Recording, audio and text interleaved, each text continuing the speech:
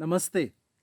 अंतर्राष्ट्रीय योग दिवस पर हर जगह योग लोग कर रहे हैं, प्राणायाम कर रहे हैं, है ना? उच्चतम विकसित होने की कोशिश कर रहे हैं। एक्चुअली 2014 में यूनाइटेड नेशंस के अंदर 193 देशों में से 177 देशों ने इस प्रस्ताव को पारित किया कि 21 जून हम योगा डे करके सेलिब्रेट करेंगे। अगर हम ऋतुमान की तरफ देखें तो 21 जून सबसे बड़ा दिन है ना? जीवन में हम हर क्षेत्र में बड़ा होना चाहते हैं। आप अगर देखो, किसी को भी पूछो तुम्हारे जीवन में हमको क्या चाहिए, तो उत्तर आता है मुझे शांति चाहिए, आनंद चाहिए, प्रेम चाहिए, है ना? इसीलिए सब कुछ हलचल करता है। हम अगर थोड़ा-सा मनन करें, तो ये दिखता है कि समाज के अंदर सारे प्राणी, सारे पक्षी खुश रहना चाहते हैं, उच्चतम विकसित होना चाहते हैं। मनुष्य भी अगर देखें, सुबह उठता है, कुछ कसरत करता है, घूमने जाता है, योग करता है, प्राणायाम करता है या फिर ऑफ़िस जाता है, बहुत सारी चीज़ें करता रहता है, बहुत सारे टारगेट्स कंप्लीट होने होते हैं, बिज़नेस में, नौकरी में, बहुत सारे अचीवमेंट्स हमको करने होते हैं, तो उसके लिए बहुत सारा कष्ट उठाना पड़ता है, तपाना पड़ता है। ये सारी चीज़ें करते वक़्त हम चाहते क्या हैं? हम समृद्ध होना चाहते हैं। कल जो है उससे बेटर होना चाहते हैं और इस बेटरमेंट की तरफ दौड़ते वक़्त बहुत सारी चीज़ें जो हमको शिक्षा प्रणाली में सिखाई गई है, उसका उपयोग करते हुए हम आगे बढ़ते रहते हैं। अगर 21वीं सदी में देखा जाए, तो जैसे 3-4 पीढ़ियों पीछे अगर किसी को भी पूछे तुमको क्या चाहिए, तो हमारी ज़रूरतें अलग थी। जैसे अन्न, वस्त्र, निवारा, इसकी ज़रूरत थी, है ना? आज की पीढ़ी के लिए वो ज़रूरतें नहीं रही है ना? आज की पीढ़ी के लिए जीवन में आनंद चाहिए, सुकून चाहिए, है ना? शांति चाहिए, इसलिए वो सारी चीज़ें कर रहा है क्योंकि आज की पीढ़ी के पास रहने के लिए घर उनके माँ-बाप ने बना के रखा है ना? समृद्धि है, गाड़ी है, नौकर-चाकर है, लेकिन कहीं न कहीं कुछ मिसिंग लिंक है, जिसको पकड़ने की ज़रूरत है। तो आज हम हमारे जीवन में उच्चतम विकसित होने के लिए क्या कुछ कर सकते हैं? आप अगर देखें, आज जो आधुनिक जो शिक्षा प्रणाली है, हमने फिजिक्स सीखा, केमिस्ट्री सीखा, मैथ्स सीखा, पैसे कैसे कमाना है सीखा, है ना? लेकिन इस पैसे का उपयोग करके समृद्ध बनकर हम उच्चतम विकसित नहीं हो पाए हैं। कहीं न कहीं कोई मिसिंग लिंक है। एक पैरासाइकोलॉजी साइंस के अंदर एक सर्वे होता है। सर्वे के अंदर बहुत सारे बड़े-बड़े मल्टी बिलियनर लोग, मिलियनेयर लोग, जो मरते वक़्त उनको एक प्रश्न पूछा गया। उनको प्रश्न ये पूछा गया, are you happy with your life? जिस तरह से आपने जीवन जिया, उस क्या उससे आप खुश हो? तो 99% लोगों ने जवाब दिया कि जी नहीं, मुझे और अपने अंदर ही खोज करनी चाहिए थी। जिस डायरेक्शन में मैंने जीवन जिया, उस डायरेक्शन ही गलत था। ऐसे 99% लोगों ने जवाब दिया। देखो, जिन्होंने शून्य से विश्व निर्माण किया, अगर बाहर के लोगों को लगता है कि इस व्यक्ति ने बहुत कुछ किया, जीवन में बहुत सारा विकास किया, लेकिन वो विकास कहीं न कहीं डायरेक्शनलेस था। तो ऐसा क्या करें जिससे हम उच्चतम विकसित हो पाएँ? तो उच्चतम विकसित होने के लिए क्या कुछ कर सकते हैं? ऐसी कौन-सी शिक्षा लें जिससे हम उच्चतम विकसित हो सकें? ऐसा किसको फ़ॉलो करें? तो आज हम योग शास्त्र में बताए हुए कुछ चीज़ों को हम समझने वाले हैं। अगर आप देखें कि हमारे ऋषि-मुनियों ने बहुत सारी ऐसी शिक्षा प्रणालियाँ बताई है, लेकिन जिसका उपयोग दुर्भाग्यवश हमको पढ़ाया नहीं गया या उनको हमको सिखाया नहीं गया। एक महान शास्त्रज्ञ हैं। शास्त्रज्ञ कहने के बाद आपको एडिसन का नाम याद आता है, लेकिन मैं उस ज़माने के महान शास्त्रज्ञ की बात कर रहा हूँ, जिनका नाम है महर्षि पतंजलि। जी हाँ, वो शास्त्रज्ञ से कम नहीं है, क्योंकि उन्होंने योग का जो बिखरा हुआ ज्ञान है, उसको सूत्रों में बाँधने का काम अगर किसी ने किया, तो वो थे महर्षि पतंजलि। आप अगर उनकी अलग-अलग सूत्रों को पढ़ते हैं, तो जैसे कोई आज का वैज्ञानिक जैसे कोई प्रमेय लिखता है, वैसे उन्होंने ये सारी योग की चीज़ें प्रमेय में, सिद्धांत में, है ना? एक सूत्रों में बाँधी हुई है। जैसे योग का अगर डेफ़िनेशन करना है, तो उन्होंने बता दिया, योगः चित्त वृत्ति निरोधः, यानी क्या है, एक सूत्र में बांधा, जैसे 1+1 = 2 कहते हैं, वैसे उन्होंने कहा चित्त की वृत्ति, उसको बांधना, उसको रोकना, उसको निरोधा यानी रोक देना, एक जगह पे उसको कॉन्सेंट्रेट करना, यानी योग है, ऐसा उनका कहना है। यानी आज की दुनिया में ये सारा ज्ञान बहुत ज़रूरत है। आधुनिक समय की ज़रूरत अगर कुछ है तो पतंजलि महर्षि ने बताई हुई योग सूत्रों को पढ़ना, उनको समझना और उनके जीवन उनको अपने जीवन में उतारना। तो महर्षि पतंजलि ने उच्चतम विकसित होने के लिए उन्होंने कुछ अष्टांग योग बताए हैं, 8 स्टेप्स बताए हैं, और उन 8 स्टेप्स को अगर हम चढ़कर जाते हैं तो ही संपूर्ण विकास हम पा सकते हैं। आज हम योगा डे सेलिब्रेट कर रहे हैं। आम इंसान नहीं, इवन पढ़े लिखे लोग भी योग करना मतलब क्या समझते हैं, कुछ आसन करना, कुछ प्राणायाम करना, कुछ ध्यान करना, यानी योग है। ऐसी हमारी सीमित क्या है अंडरस्टैंडिंग है। योग यानी सिर्फ आसन प्राणायाम करना यानी योग नहीं है। आसन प्राणायाम करने से पहले कुछ यम नियम भी बताए हैं। तो महर्षि पतंजलि ने कुछ 8 स्टेप्स बताए हैं। पहला है यम, दूसरा है नियम, तीसरा है आसन, चौथा है प्राणायाम, पांचवा है प्रत्याहार, छठा है धारणा, ध्यान और समाधि। यानी 8 अंग है जिनको फॉलो करके ही हम जीवन में किसी भी क्षेत्र में विकसित हो सकते हैं। अगर आपको आपके बिजनेस में तरक्की करना है, आपके नौकरी में आपको उच्च पदस्थ तक पहुंचना है, आजीविका में बहुत सारा समृद्धि पाना है, आपको संपूर्ण स्वास्थ्य भी पाना है, या आपके जीवन में शांति आनंद को अनुभव करना है, तो महर्षि पतंजलि ने बताए हुए 8 स्टेप्स को अगर हम फॉलो करते हैं, इस 8 अंगों को फॉलो करते हैं, 8 सीढ़ियाँ स्टेप बाय स्टेप चढ़ेंगे, तभी जाके हम संपूर्ण विकसित हो सकते हैं। अब उन्होंने शुरुआत की यम और आखिर में बताया समाधि। बहुत सारे लोग यम का मतलब सुनने से ही डर जाते हैं। यम का मतलब हम क्या समझते हैं, मृत्यु की देवता, मृत्यु आया लेकर गया, है ना। तो इस तरह की समझ क्या है, सीमित समझ है। समाधि को भी समझते हैं तो लोगों को लगता है समाधि यानी द एंड, है ना, मृत्यु हो गया, या किसी ने जल समाधि ले ली यानी जल में अपने आप को मृत्यु ले लिया। इस तरह की क्या है, बहुत ही सीमित अंडरस्टैंडिंग है। एक्चुअली समाधि मतलब खत्म होना नहीं है, समाधि मतलब मृत्यु लोक में चले जाना है, ऐसा नहीं है। जीते जी भी हम अपने समाधि को अनुभव कर सकते हैं। तो यम क्या है, नियम क्या है, प्राणायाम क्या है, प्रत्याहार क्या है, धारणा क्या है, ध्यान क्या है और समाधि क्या है, इसको थोड़ा सा हम शॉर्ट में संक्षिप्त में समझने वाले हैं। महर्षि पतंजलि कहते हैं कि आसन प्राणायाम करने से पहले आपको यम नियम साधना चाहिए। तो यम क्या है, व्हाट इज यम? यम यानी आत्म संयमन। यम यानी आप और आपके आजू बाजू में, पृथ्वी के ऊपर जितने भी मेरे संबंध है उसमें पूर्णता लाना, यानी क्या है, यम है। यानी इस पृथ्वीलोक से जाने से पहले जिनके साथ मेरे संबंध बने हैं उसमें मधुरता लाना। जो भी संबंधों में कटुताएं हैं उस कटुताओं को दूर करके उसमें अगर पूर्णता लाते हैं तो हम अच्छे जीवन में विकसित हो सकते हैं।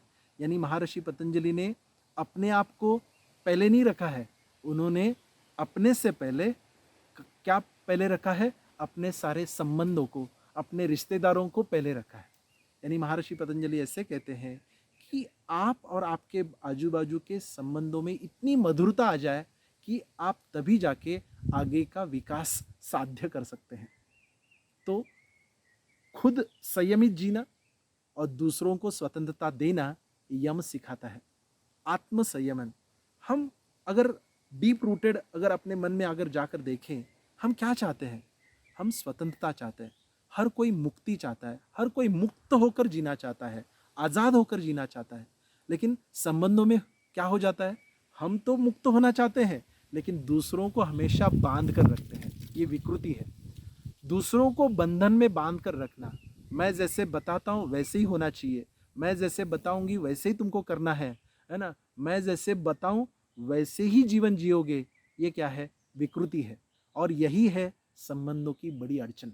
तो क्या करें, खुद संयमित जिए, दूसरों को उनके हिसाब से जीने की स्वतंत्रता दे, उनको मौका दे, और यही क्या है, संबंधों को मिठास लाने की शुरुआत है।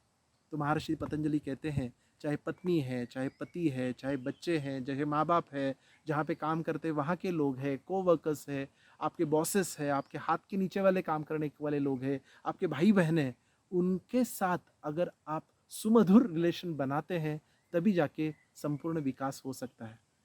घर में कुछ किसी के साथ किटपिट किटपिट चल रही है और ऑफिस में जाके बैठ जाऊं, किसी के साथ झगड़ा होकर जाके ऑफिस में जाके बैठा हूं, क्या मेरा बिजनेस हो पाएगा?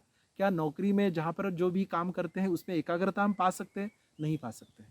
तो इसीलिए यम सेट होना बहुत ज़रूरी है।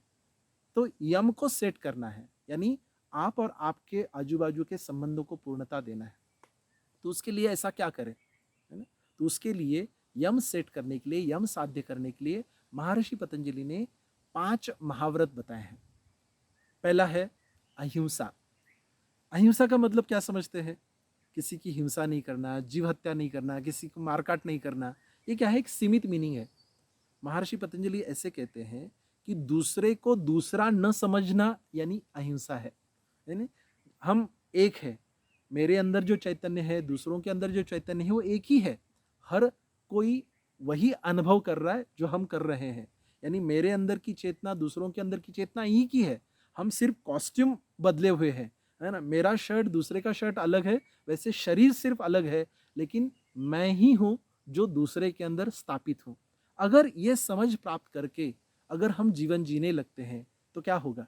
दूसरा दूसरा नहीं लगेगा, मन इतना प्रेमन हो जाएगा। जैसे हम खुद के प्रति प्यार भाव रखते हैं, स्नेह भाव रखते हैं, वैसे ही दूसरों के प्रति भी हम इतना मन के अंदर प्रेमन भाव जगाएं, ताकि हम अहिंसा को हर समय, हर क्षेत्र में, हर संबंध में हम उसका उपयोग कर सकें।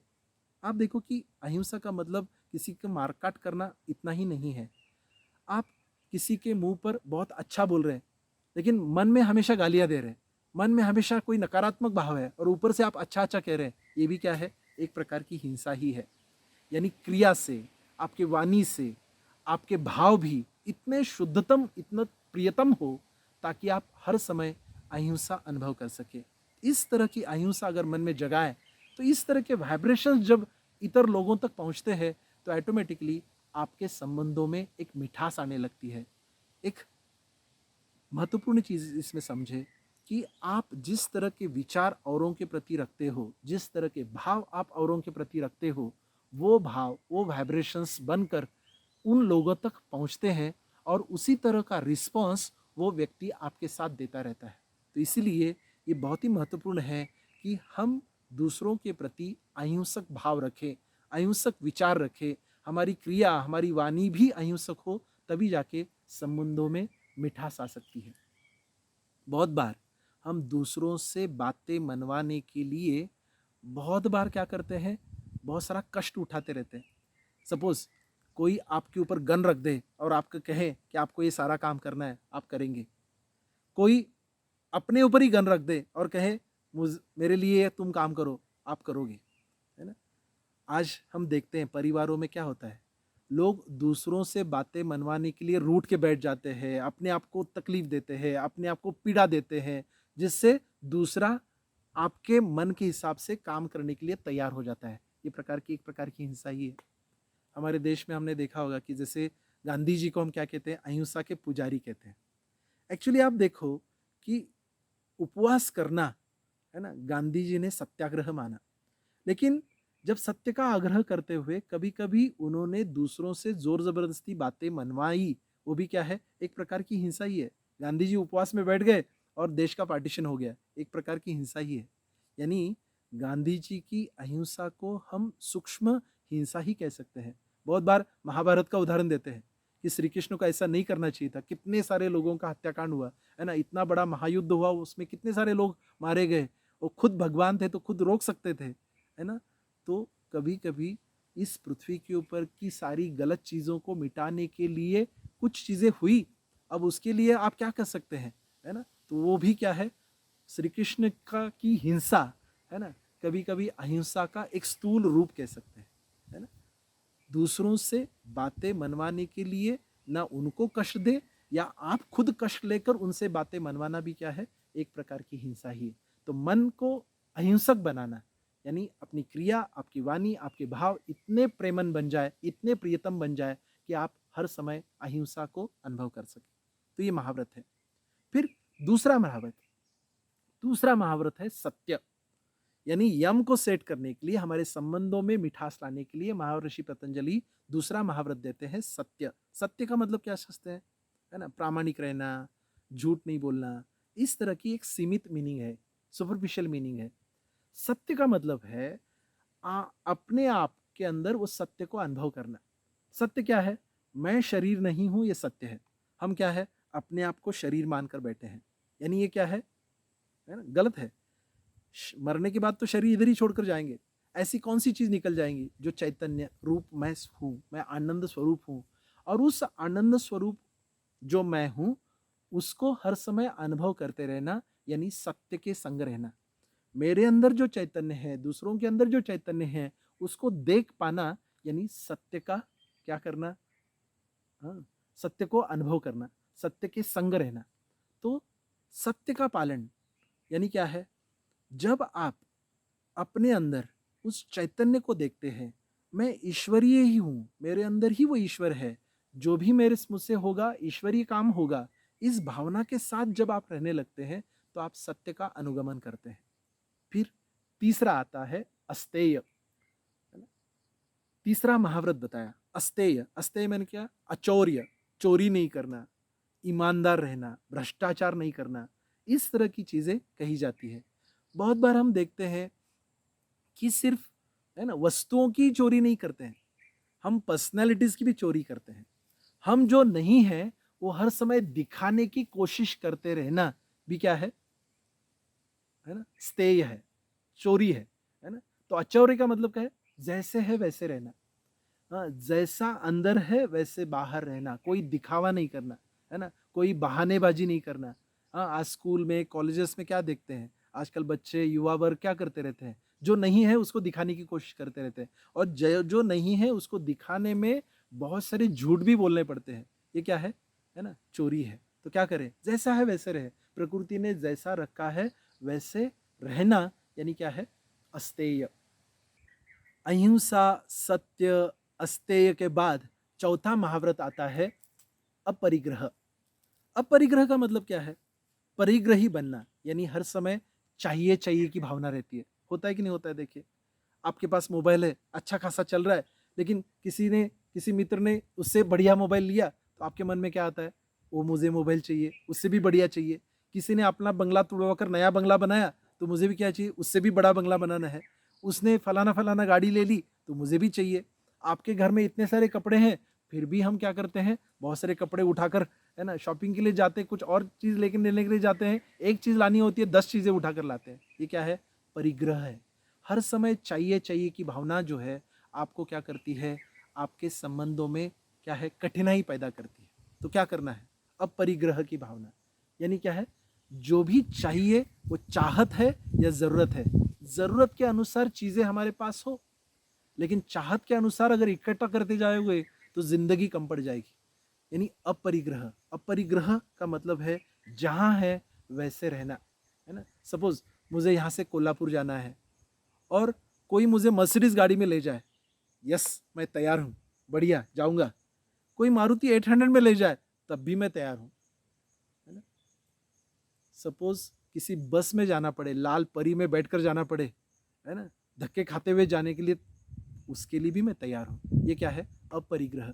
सपोज मुझे कोई 5 स्टार होटल में बड़ा मिष्टान्न भोजन खिलाए, उसके लिए भी मैं तैयार हूँ।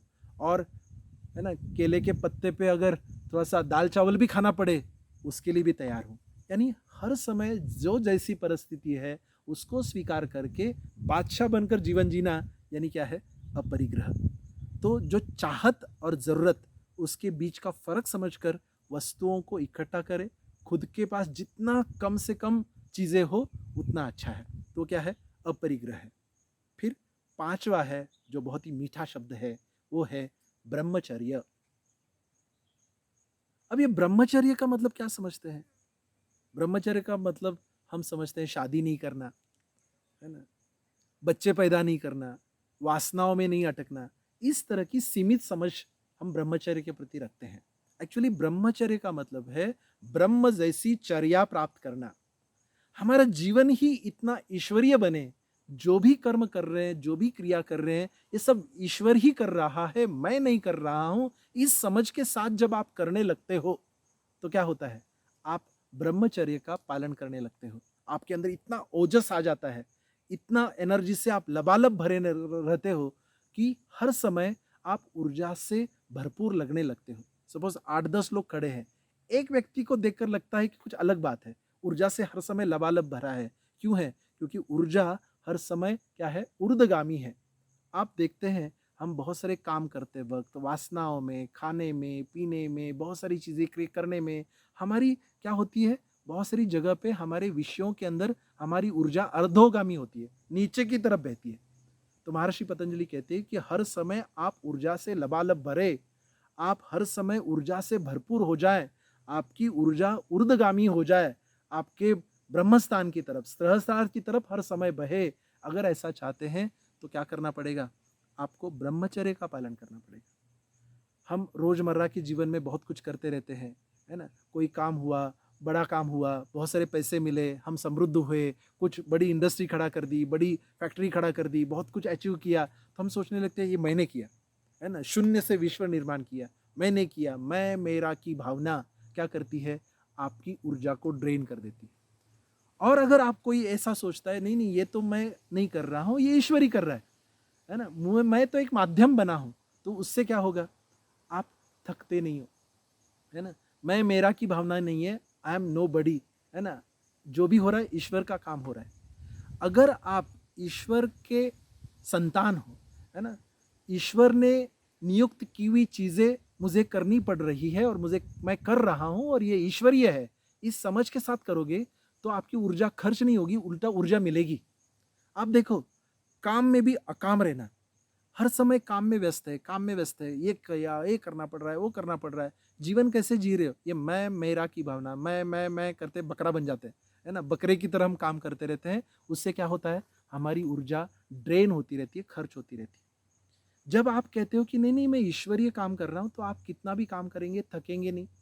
सपोज आप सुबह सुबह नौकरी में जाते हैं, जिस दिन आपको पहली बार नौकरी मिली, है ना, उस दिन आप कैसे गए? सबको मिठाई बांटते हुए, सबको पेड़े बांटते हुए, है ना? बॉस को जाके सैल्यूट मारा, कहा कि जल बताओ क्या करना है। एक काम खत्म किया, दूसरे के लिए तैयार थे, दूसरा खत्म किया, तीसरे के लिए तैयार थे। क्या हुआ, है ना? पहले दिन आप बिल्कुल तन मन से काम कर रहे थे, यानी उसमें 100% आप पार्टिसिपेशन थे, आप 100% पार्टिसिपेट होकर कुछ करना चाहते थे, आपसे कुछ क्रिएटिव होना था, है ना? इसलिए आप कर रहे थे। तो उसमें 100% जब आप पार्टिसिपेट थे तो कितना भी काम किया थके नहीं। लेकिन साल 2 साल बाद वही नौकरी, है ना, वही 10 से 5, वही 10 से 6 जो हम नौकरी करते हैं, उसमें जाते हैं तो थके भागे घर आते हैं। क्या करके आए? जैसे टेबल कुर्सी पे बैठ कर तो आए, है ना, लेकिन ऐसा क्या मिट्टी का गड्ढा खोद कर आए कि घर में आने के बाद ऐसे लगता है नहीं नहीं बहुत थक गया, बहुत काम करके आया। क्यों? क्योंकि बाद में जो कर रहे हैं वो करना पड़ रहा है, इसलिए कर रहे हैं, है ना? मुझे करना पड़ता है, ये काम वो काम करना पड़ रहा है, यानी आप उसमें 100% पार्टिसिपेट नहीं है। और जब किसी कार्य में, किसी कर्म करते वक्त अगर आप 100% पार्टिसिपेट होकर नहीं करते हो, तो उससे क्या होती है, आपकी ऊर्जा ड्रेन हो जाती है। और जब आप 100% पार्टिसिपेट होकर कर रहे हो तो क्या होता है, आपको ऊर्जा प्रदान होती है। सपोज कोई ऐसे चमत्कार हो जाए और आपके सामने कोई भगवान ही प्रकट हो जाए और वो आपको कोई काम बता दे, तो आप कैसे करेंगे दिन भर, है ना? उस वक्त आपका जोश कैसे रहेगा, आपकी एनर्जी कैसी रहेगी? क्योंकि उधर ईश्वर प्रकट होकर उन्होंने बताया, लेकिन कुछ अदृश्य चीजें जो है वो आपको करवा रही है, ईश्वर ही है जो आपसे करवा रहा है। तो दिन भर जो भी करे उसमें 100% पार्टिसिपेट हो। पत्नी के संग है, 100% है ना? पत्नी के संग रहते हैं तो ऑफिस के बारे में सोचते हैं, जो ऑफिस में होते हैं तो बच्चों के बारे में सोचते हैं, जब बच्चों के साथ होते हैं तो कुछ और चीजें सोचते रहते हैं। यानी क्या है, हम एक अस्त व्यस्त जीवन जीते हैं। जब ऑफिस में है तो 100% है, जैसे आप मुझे अभी सुन रहे हो, आप सुन रहे हो तो 100% सुन रहे हो। श्रवण आपका क्या होगा, कितना भी आप सुनोगे, है ना, तो आप थकेंगे नहीं। मैं आपके साथ बात कर रहा हूँ, मैं ये सोचकर बैठा हूँ कि चलो इतने सारे लोगों के जीवन में परिवर्तन लाना है, तो योग दिवस पर कुछ चीजें महर्षि पतंजलि ने बताई हुई वो सिखाना है। तो कितने सारे लोग जो इस चीज़ को सुनेंगे तो उनके जीवन में परिवर्तन आएगा, और ये परिवर्तन ईश्वरीय है। यानी वो ईश्वरीय परिवर्तन होने के लिए मैं निमित्त बन रहा हूँ। यानी मुझे ये ईश्वरीय कार्य मैं कर रहा हूँ, इस भावना के साथ मैं ये अगर प्रवचन दे रहा हूँ तो उससे क्या होगा, मेरी भी ऊर्जा बढ़ेगी। यानी कोई काम करने के बाद आप थकते हो, इसका मतलब क्या है, आप ब्रह्मचारी नहीं हो। और कोई काम करने के बाद हर समय अकाम रहते हैं तो क्या है, आप ब्रह्मचर्य का पालन कर रहे हैं, ईश्वरीय काम कर रहे हैं। यानी काम में भी अकाम रहना, ये क्या है, ब्रह्मचर्य का सूत्र है। मैं हमेशा हमारे प्रधानमंत्री मोदी जी का उदाहरण देता रहता हूँ। ये व्यक्ति सपोज कोई कैलिफोर्निया से फ्लाइट पकड़कर आता है, 18-19 घंटे की है ना प्रवास करके उतरते हैं, 1-2 घंटे के अंदर कहीं और जाकर किसी और सेमिनार में, किसी फंक्शन में आपको दिखाई देते हैं। ये कैसे होता होगा, ये ऊर्जा कहाँ से आती है? इतनी 70 साल की उम्र में इतनी सारी ऊर्जा कैसे प्रदान हो सकती है? वो क्या है, ब्रह्मचर्य है, राष्ट्र की भक्ति से प्रेरित है। जो भी कर रहे हैं, मैं एक निमित्त हूँ और मुझे कुछ जीवन परिवर्तन लाना है, राष्ट्र के विश्व में परिवर्तन लाना है। इस समझ के साथ अगर कोई कार्य करने लग जाए तो वो थकेगा नहीं, वो बिना छुट्टी लिए हर समय काम करता रहेगा। दैट इज ब्रह्मचर्य। तो क्यों ना हमारे जीवन में भी हम ब्रह्मचर्य का पालन करें, हम थकेंगे नहीं। तो ये 5 महाव्रत है ना। पहला क्या बताया, अहिंसा, दूसरा सत्य, तीसरा अस्तेय, चौथा अपरिग्रह और पांचवा ब्रह्मचर्य। अगर इन 5 महाव्रतों का पालन करेंगे तो क्या है, यम साध्य होगा, हमारे सारे संबंध सुमधुर होंगे। अब यम सेट हो गया, आपके आजू बाजू के सारे लोग क्या हो जाएंगे, शांत हो जाएंगे, मस्त हो जाएंगे, आप मधुर हो जाएंगे। फिर दूसरा आता है नियम, है ना। नियम यानी क्या है, आपके लिए, आपके मनोशरीर यंत्र के लिए। यम क्या है, आपके आजू बाजू के संबंधों में मधुरता लाना। नियम है आप और इस मनोशरीर यंत्र के अंदर क्या है, एक सुमधुरता लाना, यानी नियम। मेरे पिताजी डॉक्टर शशि पाटिल हमेशा कहते थे कि अरे तुम्हारे आजू बाजू के भूतों को शांत करके फिर काम पे जा, है ना। अगर किसी के साथ कोई आपके से दुखी है तो उसको पहले शांत कर, उसको जब मधुरता लाओगे, उसमें जब शांति आएगी, तब जो भी कार्य करोगे उच्चतम होगा, है ना। तो यम सेट किया, अब क्या करेंगे, नियम। नियम क्या है, नियम यानी आप और आपके मनोशरीर यंत्र के अंदर सुमधुरता लाना। अब नियम के अंदर जैसे मैंने कहा कि आत्मशासन अनुशासन होना जरूरी है ना। यम यानी आत्म संयमन। यम में क्या होता है, खुद संयमित जीते हैं, दूसरों को स्वतंत्रता देते हैं। नियम के अंदर खुद अनुशासित जीवन जीते हैं, खुद को अनुशासित करना, इस मनोशरीर यंत्र को एक नियम में डालना। आप देखो सारी प्रकृति नियम के साथ चल रही है। सूरज भी नियम के साथ, जो सृष्टि का निर्माता है, नियम के साथ चलता है। ठीक समय पे उगता है, ठीक समय पे उसका विराम होता है, अस्त होता है। यानी क्या है, ये सब नियम के साथ चल रहा है। प्रकृति का सारा ऋतुमान नियम के साथ चल रहा है। तो क्यों ना हमारे जीवन में भी कुछ नियम आए, है ना। अगर नियमित जीवन है, अनुशासित जीवन है, तो ये मनोशरीर यंत्र आपके लिए क्या बनेगा, मंदिर बनेगा, है ना। तो इस मंदिर बनाना, इस मनोशरीर यंत्र को, ये उद्देश्य है। तो उसमें 5 महाव्रत बताए नियम के अंदर। तो नियम के अंदर 5 महाव्रत जो है, वो 1 बाय 1 उसको समझते हैं। पहला है शौच। शौच यानी क्या है, शुद्धि। किसकी शुद्धि करना है, शरीर की शुद्धि करना है। तो बहुत सारे लोग स्नान बान करते हैं, पाउडर व्यूडर लगाते हैं, है ना, थोड़ा सा अत्तर वगैरह लगाते हैं, सेंट वगैरह मारते हैं, काम पे चलते हैं। इसकी शुद्धि, इस तरह की शुद्धि की बात नहीं की है। यस, जरूर बाहर से स्नान करें, लेकिन क्या अंदर से भी हम शुद्ध है? क्या शरीर शुद्ध हो रहा है? पेट में एसिडिटी है, गैस्ट्रिक ट्रबल है, वजन बेडोल हुआ है, कॉन्स्टिपेशन रहता है, और फिर भी अभी क्या है, काम पे जाना है इसलिए 9 बजे ब्रेकफास्ट कर रहे हैं, क्या हुआ, गलत हुआ। मंदिर को साफ किए बगैर नैवेद्य चढ़ाया तो क्या हो जाएगा, वो नैवेद्य खाने के लिए सब कीड़े मकोड़े आ जाएंगे। वैसे ही शरीर के अंदर होता है, पहले शरीर शुद्ध नहीं किया और ऊपर से कुछ ब्रेकफास्ट कर लिया, लंच कर लिया, क्या हुआ, हम शरीर के ऊपर अत्याचार कर रहे हैं। तो क्या करना है, शरीर को पहले शुद्ध करना है। तो सुबह, है ना, आपके शरीर प्रकृति का स्वभाव कैसा है, ये तज्ञों से मार्गदर्शन लेना है। सपोज गर्म पानी पीकर शुद्ध होता है, नहीं होता है तो रात को त्रिफला लेकर शुद्ध हो जाता है, शिवामु पीने से शुद्ध होता है, या नींबू पानी पीना पड़ता है तब जाके शुद्ध होता है, या कोई ऐसा विरेचन चूर्ण लेना पड़ता है तब जाके शुद्ध होता है। आपकी शरीर प्रकृति कैसी है, ये तज्ञोदस्य मार्शन लेकर उसको शुद्ध बनाए, रोज की हैबिट बनाए, है ना। यानी सुबह ब्रेकफास्ट करने से पहले आपका शरीर शुद्ध हुआ है कि नहीं हुआ है, ये पहले देखने की जरूरत है ना। तो शरीर के लिए इस सप्त धातुओं से बने शरीर को शुद्ध बनाए, अंदर से बाहर से, ये पहला जरूरी कदम आपको सुबह सुबह उठाना है। फिर दूसरा आता है संतोष, है ना, दूसरा महाव्रत, यानी शरीर के लिए शौच, मन के लिए संतोष, है ना, ये बहुत जरूरी है। सुबह सुबह उठे, सब दुख के विचार चल रहे हैं, मैंने कल रात को इसको गुड नाइट का मैसेज भेजा, अभी तक उसका रिप्लाई भी नहीं दिया, है ना, ऑनलाइन दिख रहा है फिर भी मुझसे बात ही नहीं करता है। आजकल की ये बड़ी समस्या है कि नहीं। यानी दुखी रहने के लिए बहुत सारे कारण मिल सकते हैं। हम खुशी की चाबी दूसरों के हाथ में दे देते हैं। आज शहरों में देखते हैं, नौकरानी ने ठीक तरह से सुबह उठकर झाड़ू नहीं मारा तो मालकिन का दिमाग दिन भर खराब रहता है। यानी क्या है, नकारात्मक विचारों से ग्रस्त होकर क्या हो सकता है, कुछ भी उच्चतम विकास साध्य नहीं हो सकता है। तो सुबह उठने के बाद कौन सा विचार होना चाहिए? देखो, दुखी रहने के लिए तो बहुत सारे विचार आ सकते हैं। ये ऐसे क्यों रखा है, वो वैसे क्यों रखा है, अभी तक इसने झाड़ू क्यों नहीं मारा, अभी तक क्यों नहीं आया, उसने क्यों पैसे नहीं लुटाए, उसने फ़ोन क्यों नहीं किया। ऐसे बहुत सारे विचारों को लेकर हम दुखी बन सकते हैं। तो क्या करना है, सुबह सुबह संतोषी विचारों से भरना है। आहा, आज उठा, है ना, आज नया दिन है, आज मैं जिंदा उठा, बहुत बहुत धन्यवाद, ईश्वर को धन्यवाद देते हैं, आज उत्सव मनाते हैं, डांस करेंगे, है ना। मेरे आजू बाजू के सारे लोग भी जिंदा है, बहुत बहुत धन्यवाद, हे प्रभु बहुत बहुत धन्यवादी हूँ, है ना, ग्रेटफुल हूँ, जो भी जीवन में मिला है उसके प्रति धन्यवादी होकर, है ना, संतोषी विचारों से भर सकते हैं। आज का दिन बहुत अच्छा होने वाला है, आज मैं जो भी चाहता हूँ वो सब मेरे सामने आने वाला है, अच्छे अच्छे लोग मेरे जीवन में आ रहे हैं, कल से आज मैं बहुत बेटर हूँ, कल से अच्छा स्वास्थ्य मैं अनुभव कर रहा हूँ।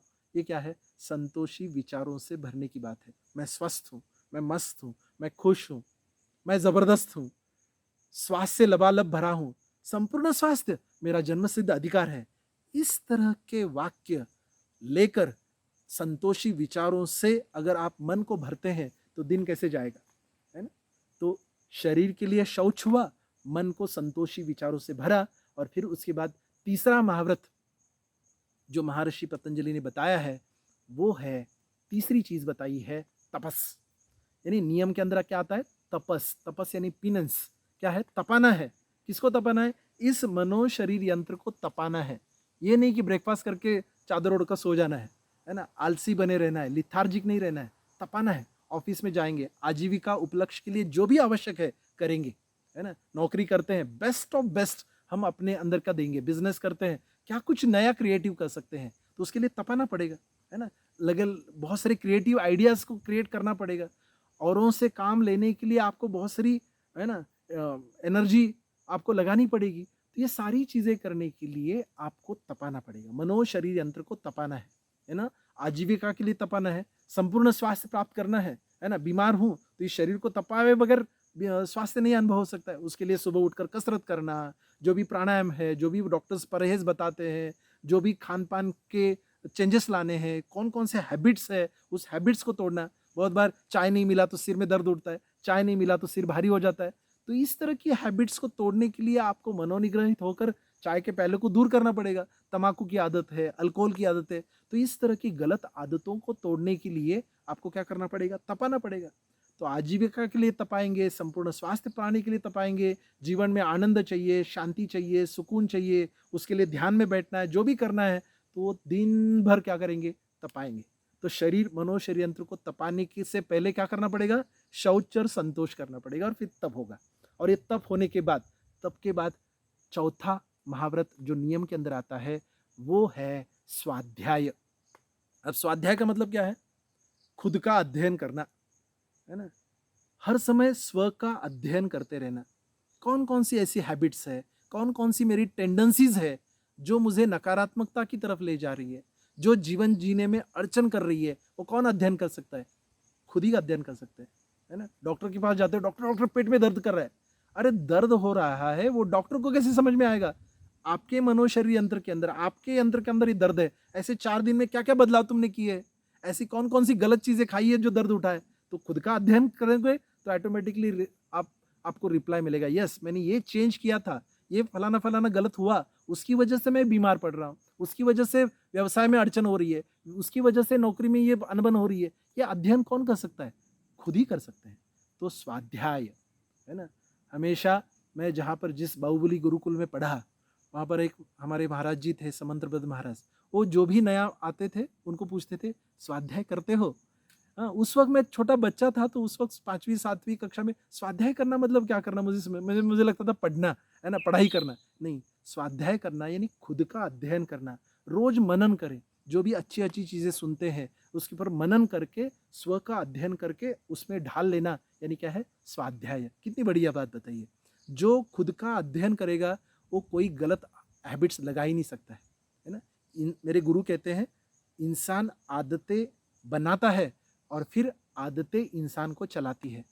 तो आदतों के, है ना, गुलाम बनकर जीवन जीना है या आदतों से मुक्त होकर, हाँ, एक नया आज़ाद मुक्त जीवन जीना है, वो हमारे हाथ में है। तो उसके लिए स्वाध्याय बहुत ज़रूरी है। और फिर 5वीं चीज़ जो नियम के अंदर 5वां महाव्रत जो बताया है, वो है ईश्वर प्राणिधान। अब ईश्वर प्राणिधान का मतलब क्या है ना, ईश्वर को समर्पित करना। किसको? खुद को ही। अपने सारे कार्य ईश्वर को समर्पित करना, यानी सुबह उठे, शौच किया, शुद्ध हुए, मन को संतोषी विचारों से भरा, दिन भर तपाया, दिन भर स्वाध्याय भी किया, है ना। और फिर आखिर में शाम को आकर क्या करना है, जो भी हुआ ईश्वरीय हुआ। जो भी मैं कर रहा हूँ, कौन कर रहा है? ईश्वर ही कर रहा है, मैं नहीं कर रहा हूँ। आई एम नो बडी। इस स्टेट में जाके सो जाना, ये क्या है? ईश्वर प्राणिधान। नहीं तो क्या होता है, कोई अच्छा काम करके आए, बहुत सारे किसी ने प्रशंसा की, अरे मैंने किया, तो इतना एक्साइटेड होते हैं कि रात को नींद नहीं आती।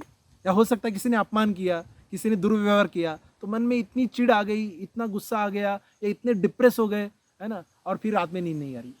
एक्चुअली किसी ने प्रशंसा की, किसकी की? मेरी नहीं की। जो भी कार्य हुआ ईश्वर ने किया, ईश्वर का हुआ। अपमान भी हुआ, ईश्वर का हुआ, मेरा नहीं हुआ, मैं तो हुई नहीं। इस अवस्था में जो भी कर रहा हूँ ईश्वर ही कर रहा हूँ। आज का दिन ठीक था, नहीं ठीक था, उसका कोई अनुमान नहीं लगाएंगे, कोई जजमेंटल नहीं रहेंगे, और आराम से जो भी कार्य किया ईश्वर ही नहीं किया, इस भावना के साथ अगर हम समर्पित करते हैं तो क्या होगा? जीवन उच्चतम होने में मदद होगी। तो नियम के अंदर ये 5 महाव्रत हमने समझे। कौन कौन से हैं? शौच, संतोष, तपस, स्वाध्याय और ईश्वर प्राणिधान। अब क्या हुआ? यम सेट हुआ, नियम सेट हुआ, यानी ये मनोशरीर यंत्र का सर्विसिंग हो गया। मनोशरीर यंत्र हर समय ऊर्जा से लबालब भरा है। अब आता है तीसरा जो स्टेप है, महर्षि पतंजलि बोलते हैं उच्चतम विकसित होने के लिए, हर कार्य में सफल होने के लिए, वो आता है आसन, यानी यम, नियम और आसन। आज तक क्या सोच रहे थे? यम नियम तो पता नहीं, आसन करना ये नहीं योग है। तीसरा आसन। आसन के अंदर एक सूत्र उन्होंने बताया, आसन कैसे होना चाहिए? स्थिर सुख आसनम, यानी जिस किसी आसन में बैठे कैसे होना चाहिए? स्थिर बैठे हैं, सुखमय है। बहुत टेढ़ा मेढ़ा करके आप हर समय हिल रहे हैं और आसन में जाकर कोई आसन कर रहे हैं, तो वो आसन नहीं है। आसन कैसे होना चाहिए? जिस किसी स्थिति में बैठेंगे वो आसन सुखमय हो, स्थिर हो, तो क्या है? आपने योगासन किया है। चाहे ऑफिस में बैठ, देख बहुत बार लोगों को आपने देखा होगा, कहीं बैठे हैं, हर समय पैर हिलता रहता है, हाथ हिलता रहता है, हर समय कुछ हिलते डुलते रहते, एक जगह पे स्थिर नहीं बैठ पाते हैं। उनकी बॉडी लैंग्वेज देखकर ही आप पता कर सकते हैं कितना, है ना, अस्त व्यस्त है। तो जो यम नियम सेट करेगा, ऑटोमेटिकली किसी भी आसन में धारण करके आराम से घंटों तक बैठ पाएगा, है ना। इसीलिए पुराने ज़माने में सभी योगी लोग आसन करने से पहले क्या करते थे? यम नियम सेट करते थे। तो यम में क्या करते थे? संसार बिंसार छोड़कर, है ना, कोई संबंध ही नहीं, तो कोई यम सेट करने का कोई डायरेक्ट जंप मार देते नियम के ऊपर, है ना। तो अलग अलग योगी क्रियाओं को करते थे, वमन क्रिया, जल नेति, सूत्र नेति, शंख प्रक्षालन, आमरोली, इस तरह की योगी क्रियाओं से अपने शरीर को शुद्धतम शुद्ध बनाते थे, तपाते थे। और जैसे जैसे ये सप्त धातुओं शुद्ध शुद्ध हो जाती थी, तो घंटों तक एक आसन में बैठ पाते थे। हम ऑफिस में काम जहाँ पर करते हैं, वहाँ पर हमको अगर स्थिरता प्राप्त होनी है, ये मनोशरीर यंत्र स्थिर होकर अगर कुछ करना है, तो उसके लिए यम नियम सेट करेंगे। तो स्थिर हो गए, आसन हो गया। अब उसके बाद चौथा जो स्टेप बताया है, सीढ़ी बताई है, वो है प्राणायाम। प्राणायाम का मतलब क्या है? प्राण का आयाम, यानी ये सिर्फ मैं शरीर नहीं हूँ, शरीर के अंदर बहने वाली प्राण ऊर्जा को भी क्या है? नियमित करना है ना? शरीर के अंदर सप्त धातु है, हड्डी है, मांस है, रक्त है, मेद है, वीर्य है, रस है। वैसे हमारे दूसरे शरीर के अंदर यानी प्राणमय शरीर के अंदर पंच प्राण है। एक मेन प्राण है जो आपके सिर के भाग में होता है, दूसरा है उदान प्राण जो आपके गले के भाग में होता है, तीसरा है सपान प्राण जो छाती के भाग में होता है, चौथा है अपान प्राण जो पेट के भाग में होता है, पांचवा है वयान प्राण जो त्वचा के अंदर होता है। अगर किसी के वयान प्राणा के फ्लो में अड़चन आती है तो बहुत सारे त्वचा विकार होते हैं। किसी के सपान प्राणायाम के फ्लो में अड़चन होती है तो हृदय विकार जैसी बीमारी आती है। अगर कोई अपान प्राणा के फ्लो में अड़चन है तो पेट संबंधित समस्याएं आती है। डिटेल में नहीं जाएंगे, यानी मेरे शरीर के अंदर ये पंच प्राण बह रहे हैं, इसलिए क्या है, ये शरीर जिंदा है। तो इन पंच प्राणों को बढ़ाना, इन पंच प्राणों के अंदर एक संतुलन लाना क्या है, प्राणायाम है। प्राण का आयाम आप देखते हैं कि सारा विश्व क्या है, वैश्विक ऊर्जा से भरा है। अगर ये सारा विश्व वैश्विक ऊर्जा से भरा है तो मेरे अंदर भी क्या है, वही ऊर्जा समाई हुई है। और उस ऊर्जा को हर समय नियमित करना, उस वैश्विक ऊर्जा के संग हो जाना, यानी क्या है, प्राणायाम है। तो उसमें अलग अलग प्रकार है, कपालभाति करते हैं, विभागीय प्राणायाम करते हैं, नाड़ी शुद्धि प्राणायाम करते हैं, भ्रामरी करते हैं। तो ये सारा प्राणायाम करके धीरे धीरे धीरे ये हो जाता है कि आपकी प्राण ऊर्जा जो वैश्विक ऊर्जा के साथ मिलन हो जाता है और प्रकृति के अंदर होने वाली घटनाओं का पहले से ही आपको पता होना शुरू हो जाता है, यानी वैश्विक ऊर्जा के साथ आपका मिलन होने लगता है। That is pranayama. देन उसके बाद पांचवी जो सीढ़ी है, जो पांचवा स्टेप है, वो है प्रत्याहार। ये थोड़ा सा शब्द कठिन लगता है, प्रत्याहार। प्रत्याहार का मतलब क्या है? प्रत्याहार का मतलब है withdrawing your senses from outside world, बाहर की दुनिया से विड्रॉ हो जाना। हर समय क्या है, हम बाहर कनेक्टेड है ना, बिजनेस में, नौकरी में, संबंधों में, फलाना फलाना चीज़ करना है, ये करना है। हर समय कोई टीवी देख रहे हैं, कोई न्यूज़ पढ़ रहे हैं, कोई चीज़ कर रहे हैं, है ना। हर समय बाहर की दुनिया से जो हम कनेक्टेड है, उससे क्या हो रहा है, आपकी ऊर्जा खर्च हो रही है। अब उस ऊर्जा को थोड़ा सा डायरेक्शन अंदर की तरफ देना। आप जो हो, है ना, स्वग्रही वापस लौट कर आना, यानी प्रत्याहार करने की जरूरत लगती कि नहीं लगती? आपने कभी कभी देखा होगा कि आप किसी टूर पे गए हैं, बड़े 5 स्टार होटल में रह रहे हैं, 10 दिन 15 दिन रहे, 3 हफ्ते रहे, एक दिन आपको ऐसे लगता है कि नहीं नहीं बाबा, अब बस हो गया, अब घर जाना चाहिए, है ना। वो 5 स्टार होटल की व्यवस्थाएं भी आपको अच्छी नहीं लगती है, आपको घर जाते हैं, आप घर आने के बाद क्या होता है, आपके बेडरूम में जाते हैं, बेडरूम में आपके बेड पर जाकर आपकी चादर लेकर जब आप रिलैक्स होते हैं तो आपको अच्छा लगने की फीलिंग है। ये तो सुपरफिशियली मैंने ये समझ दी। आप देखो कि आप जो हो उसकी तरफ लौट आने की जरूरत है कि नहीं। आप क्या है, हर समय बाहर में व्यस्त है, दूसरों में व्यस्त है। अब क्या है, खुद की तरफ लौट आना। जैसे आपने कोई कछुआ देखा होगा, कछुआ क्या करता है ना, कभी कभी अपनी गर्दन को अंदर ले लेता है, दोनों पैर दोनों हाथ पूरी तरह से अंदर लेकर चुपचाप हो जाता है। वैसे प्रत्याहार का मतलब है लौट आना, चुप हो जाना, है ना। पॉज का बटन होता है टेप रिकॉर्डर के ऊपर, पॉज, तो सब पॉज हो गया। वैसे अपने आप को चुप करना, है ना। कभी कभी जरूरत है कि नहीं, कभी कभी आप कहते हो ना, अब कुछ मुझे सूझ नहीं रहा है, होता है ना, इतने सारा व्यस्त हुआ, तो आप चाहते हो कि थोड़ा सा बिना बात किए बैठे, यानी मौन में चले जाना प्रत्याहार की पहली सीढ़ी है। यानी मौन हो जाना, खुद के संग रहना, है ना, कुछ भी बाहरी विचार नहीं कर रहे हैं, जस्ट पॉज करके बैठ गए। कभी कभी हम अनकॉन्शियसली करते हैं, तो कॉन्शियसली करना। ऑफिस में भी बैठे हैं, 2-4 घंटे काम किए, चलो थोड़ा सा आंखें बंद करके 1 मिनट 2 मिनट के लिए प्रत्याहार का क्या करेंगे, अभ्यास करेंगे। यानी क्या है, चुप हो जाएंगे। तो उससे क्या होगा, आपके अंदर एक प्रचंड ऊर्जा आप पाते हो, प्रचंड ऊर्जा का विस्फोट होने लगता है ना। आप मौन में जाने के बाद, प्रत्याहार करने के बाद फिर से जब कार्यरत होगे तो वो डायरेक्शन, बहुत सारा आपका चैतन्य आपको मदद करता है। आपके चैतन्य आपके काम करने में मदद करने लगता है, आपका हीलिंग भी अंदर से होना शुरू हो जाता है। तो इसलिए बीमार व्यक्तियों को भी क्या करना चाहिए, प्रत्याहार का अभ्यास करना चाहिए। मैं स्वस्थ होगा कि नहीं होगा, अच्छा डॉक्टर मिलेगा कि नहीं मिलेगा, कोई बीमारी कोई उपचार पद्धति काम कर रही है कि नहीं कर रही है, ये दवाई काम, हर समय हम नोसीबो इफेक्ट में होते हैं, है ना। कोई नकारात्मक ही चीज़ें आती रहती है। जब प्रत्याहार का अभ्यास करोगे तो धीरे से क्या हो जाएगा, आपका चैतन्य हील करना शुरू करेगी। इसलिए कहते हैं नेचर हील्स एवरीथिंग, यानी आपके अंदर से ही हीलिंग शुरू होगा। कब होगा, जब प्रत्याहार करेंगे, यानी चुप होकर बैठ जाएंगे, स्वग्रही वापस लौट आएंगे। तो ये हो गए 5 पहली सीढ़ियाँ, जो बहिरंग योग की सीढ़ियाँ हैं, बाहर की तरफ हम करते हैं। तो महर्षि पतंजलि कहते हैं कि यम, नियम, आसन, प्राणायाम और प्रत्याहार, ये क्या है? बहिरंग योग है। और फिर आगे जो 3 सीढ़ियाँ बताई है वो अंतरंग योग है, अंतस की तरफ, है ना, करने की विधियाँ हैं, जिसमें आता है धारणा, ध्यान और समाधि। तो ये धारणा क्या है? संक्षिप्त में समझेंगे। धारणा मतलब किसी एक विषय पर फोकस रहना, है ना, किसी एक विषय पर एकाग्र होना, यानी क्या है? धारणा है ना। आपने शब्द आमतौर पर सुना होगा, गर्भ धारणा। कोई महिला क्या की है? गर्भ को धारण करके बैठी है, यानी क्या है? 9 महीने तक, है ना, इतने लंबे समय तक वो क्या कर रही है? गर्भ को के ऊपर फोकस्ड है ना, उसकी उसको हर समय हर काम कर रही है, लेकिन एक ध्यान कहाँ है? गर्भ के ऊपर है। वैसे ही हम को करने की क्या जरूरत है? एक विषय पर फोकस करने की जरूरत है। सपोज आपको संपूर्ण स्वास्थ्य चाहिए, आपको ठीक होना है, आपको स्वस्थता चाहिए, बीमारी से मुक्त होना है, तो आपको क्या करना पड़ेगा? संपूर्ण स्वास्थ्य की धारणा करनी पड़ेगी। कुछ नहीं, दिन भर सुबह से लेकर शाम तक हम क्या कर रहे हैं? धारणा कर रहे हैं, धारणा कर रहे हैं। संपूर्ण स्वास्थ्य ही सब कुछ है ना। कोई टीवी नहीं पढ़ रहे, देख रहे हैं, कोई न्यूज़पेपर नहीं पढ़ रहे हैं। हाँ, जो भी पढ़ेंगे स्वास्थ्य के प्रति पढ़ेंगे, तो उससे क्या होगा? स्वास्थ्य की धारणा होगी, और संपूर्ण स्वास्थ्य क्या होगा? आपके लिए बनकर आएगा। यानी कोई गोल सेट करें और उसके ऊपर हर समय फोकस रहे। कभी कभी आपके बिजनेस में आप इसको टर्नओवर करना है, तो आपको क्या होता है? गोल सेट होता है, तो आप फोकस रहते हो, ये करना है, वो करना है, तो दिन भर आप तपाते हो, धारणा करते हो। यानी धारणा करना मतलब क्या है? किसी एक विषय पर फोकस रहना। कभी कभी हम आनापान ध्यान करते हैं, यानी क्या करते हैं? अंदर बाहर होने वाली सांस को देखा रहता है। आपने कभी विपश्यना शिविर किया होगा, तो उसमें पहली चीज सिखाते हैं, भगवान बुद्ध की पहली सीख क्या थी? कि अंदर बाहर होने वाली सांस को देखो।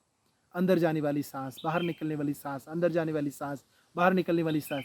कुछ देर के बाद हो जाता है, 8-10 सांस लेने के बाद फिर मन भटक जाता है। फिर उसको पकड़कर कहाँ लाते हैं? है ना, नाक के ऊपर लाते हैं। उसका ठंडा स्पर्श, बाहर निकलता है तो गर्म स्पर्श, है ना, उसको देखते बैठे। यानी आप क्या कर रहे हैं? धारणा कर रहे हैं। मन को पकड़ पकड़ कर आप सांस के ऊपर केंद्रित कर रहे हैं, यानी क्या कर रहे हैं? आनापान धारणा कर रहे हैं। लेकिन धीरे धीरे धीरे धीरे धीरे धारणा करते करते करते करते आप 7वें सीढ़ी पे पहुंचते हो। 7वीं सीढ़ी है ध्यान। ध्यान का मतलब क्या है?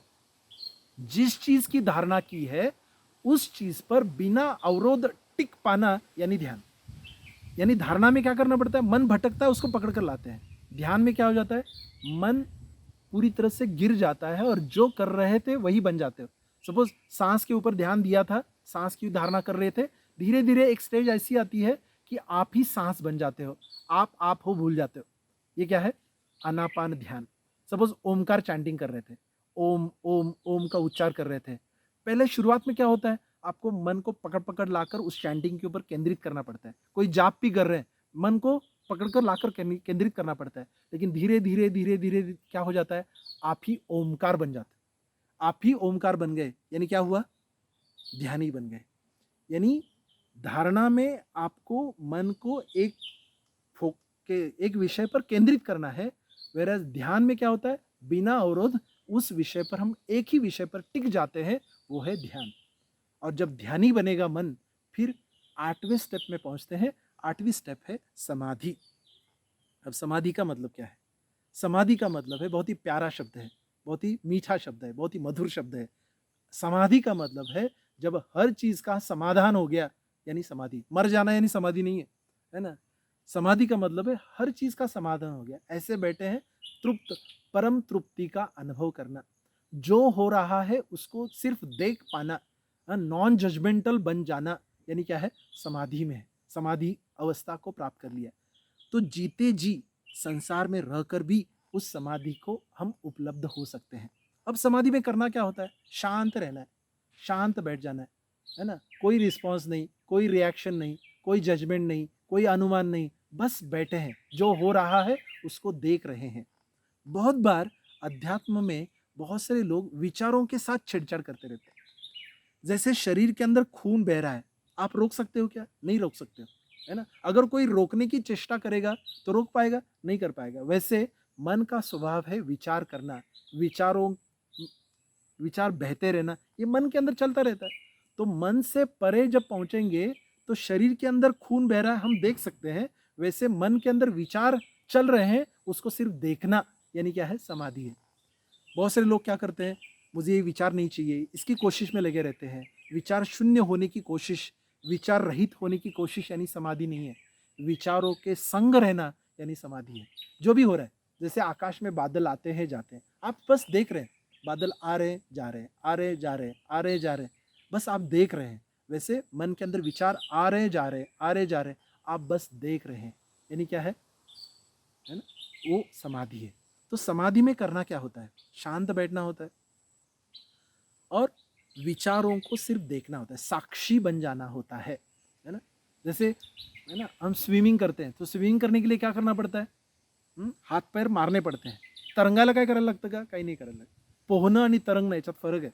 वैसे ही है ना, समाधि में क्या करना है, कुछ भी न करना है यानी समाधि, कुछ भी बिना किए, है ना, उस अवस्था में रह पाना, तो इसको कहते हैं लय समाधि. विचारों को आप देख रहे हैं बस, है ना, देख रहे, किसी विचार के पीछे नहीं भागना है. जब आंखें बंद करके बैठोगे समाधि में, तो हो सकता है किसी विचार के पीछे मन भागे, तो उसको तुरंत थोड़ा सा देखना है और फिर छोड़ देना है ना.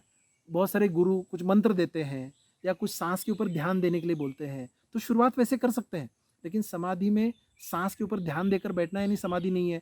कोई मंत्र का उच्चार करते बैठना समाधि नहीं है, वो तो ध्यान हो जाएगा, लेकिन समाधि में कुछ भी नहीं करना यानी समाधि है. तो जो लोग इस तरह की समाधि को उपलब्ध हो सकते हैं, तो प्रचंड ऊर्जा क्या होती है, गैदर होती है, प्रचंड ऊर्जा से आप लबालब होने लगते हो, और जहाँ भी बैठेंगे आपके लिए वो तीर्थस्थान बनने लगता है. तो रोज सुबह दोपहर शाम त्रिकाल संध्या अगर हम समाधि का अभ्यास करते हैं, तो उससे क्या होगा, आपका शरीर है ना ऊर्जामय रहेगा, कोई बीमारी रह नहीं सकती है, आपकी सारी शरीर शारीरिक मानसिक प्रॉब्लम्स दूर होने लगती है, और आपके जीवन में एक परम तृप्ति परम आनंद का अनुभव होने लगता है समाधि के अंदर. आप देखिए, जब मनुष्य की उत्पत्ति हुई निसर्ग के अंदर, प्रकृति के अंदर, वो कितने घंटे काम कर रहा होगा आदि मानव के ज़माने में, है ना. उसको कोई काम था क्या, है ना. जब भी उसको कुछ खाने पीने की भूख लगती होगी, तभी वो काम करता रहेगा. यानी 24 घंटे में वो 3-4 घंटे अपने अन्न के शोध के लिए वो जाता होगा, कोई फल फ्रूट्स लाता होगा, कंदमूल निकाल के लाता होगा, उसके लिए जो काम करना है वही करता होगा. यानी 24 घंटे में वो कितना काम करता था, 3-4 घंटे काम करता था, बाकी 20 घंटे क्या करता था, आराम करता था, विश्राम करता था. आज 21वीं सदी में हम कितना काम कर रहे हैं, 17 घंटे 18 घंटे, है ना. रात को सोते हैं तभी हम विश्राम में होते हैं, 6-7 घंटे जो भी सोते हैं, और आजकल सोते भी ठीक तरह से नहीं है, क्योंकि आजकल क्या है, शाम के समय भी हम इतने अस्त व्यस्त होते हैं, तो रात को नींद भी ठीक तरह से नहीं आती है. तो जो 7-8 घंटा ठीक तरह से सोया, उससे जो हमको ऊर्जा प्रदान होनी चाहिए, तो जो शरीर जो रिबूट होना चाहिए था, रिजुविनेट होना चाहिए था, वो रिबूटिंग भी नहीं हो पाता. यानी आज हम पूरी तरह से विश्राम नहीं कर पाते. तो शास्त्र क्या कहता है, योग शास्त्र ये बोलता है कि सुबह 15 मिनट, दोपहर 15 मिनट, शाम को 15 मिनट, अगर आप एक जगह पे बैठकर अगर आप समाधि साधना करते हो, तो आपको प्रचंड ऊर्जा मिलती है. तो 15 मिनट की साधना, 15 मिनट अगर एक जगह पे आप समाधि में साक्षी बनकर बैठ जाओगे, तो 4 घंटे की नींद से जो आपको ऊर्जा प्रदान होती है, उतनी सारी ऊर्जा हमको 15 मिनट की क्या है, समाधि साधना से मिलता है. तो सुबह दोपहर शाम 15-15 मिनट अगर त्रिकाल संध्या के वक्त अगर हम ये समाधि साधना करें, तो कितना हो गया, है ना, 4 3 जा 12 आवर्स, यानी 12 घंटे की नींद से जो ऊर्जा प्राप्त होने वाली थी, वो ऊर्जा हमको इस समाधि साधना से मिलती है. और बाद में रात को एक 7-8 घंटा सोएंगे ही, तो उस यानी कितना हो गया, यानी ये 12 घंटे और ये 6-7 घंटे कितना हो गया, 19-20 घंटे का जब विश्राम करोगे, तो बाकी के 6 घंटे जो कार्य करोगे, जो कर्म करोगे, वो कितना क्वालिटी बाज होगा. और उस तरह का कर्म, उस तरह की क्रिया, उस तरह के कार्य हमारे हाथ से अगर हो जाए, तो आपका जीवन ईश्वरीय होगा, उच्चतम विकसित होगा. आप जो चाहते हो वो सारी जीवन में चीज़ें पा सकते हो, और आप समृद्ध, स्वास्थ्य संपन्न, आनंदी, परम तृप्ति का जीवन आप अनुभव कर सकोगे, है ना. तो आज हमने ये 8 स्टेप्स को जाना है. मैं चाहता हूँ कि इसके ऊपर थोड़ा-सा मनन करें, और कमेंट बॉक्स में आप ये सारी चीज़ें जो समझा है, कैसे आपके इस जीवन में इसका लाभ हो रहा है, वो ज़रूर हमको लिखें. आप यहाँ पर आकर जो सेवा का मौका दिया, उसके लिए बहुत-बहुत धन्यवाद है. Thank you.